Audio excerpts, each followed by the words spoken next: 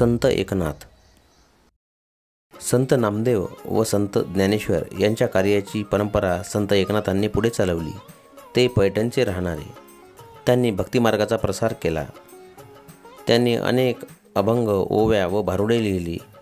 कोणतेही उच्चनीच भेदभाव मानू नका असा त्यांनी लोकांना उपदेश केला. भक्तीचा मोठेपणा त्यांनी लोकांना पटवला. गोरगरिबांना, मागासलेल्या लोकांना त्यांनी जवळचे केले. इतकेच नाही तर मुक्या प्राण्यांना देखील त्यांनी दया केली. प्राणीमात्रांवर दया करा असा लोकांना त्यांनी उपदेश केला. संत एकनाथ जसे बोलत तसे वागत. एके दिवशी ते गोदावरी नदीवर स्नानाला निघाले होते. दुपारची वेळ होती. ऊन रखरखत होते. वाळवंट तापले होते.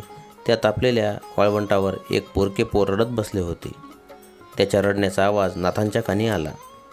त्यांनी त्याचे आईबाप जवळ आहेत का यासाठी इकडे तिकडे पाहिले. धावत ते मुलाजवळ गेले. त्यांनी ते पोर उचलून कडेवर घेतले. त्याचे डोळे पुसले. त्याला त्याच्या घरी पोचते केले. अशा रीतीने स्वतःच्या आचरणातून एकनाथांनी समतेची व ममतेची भावना लोकांच्या मनावर बिंबवली.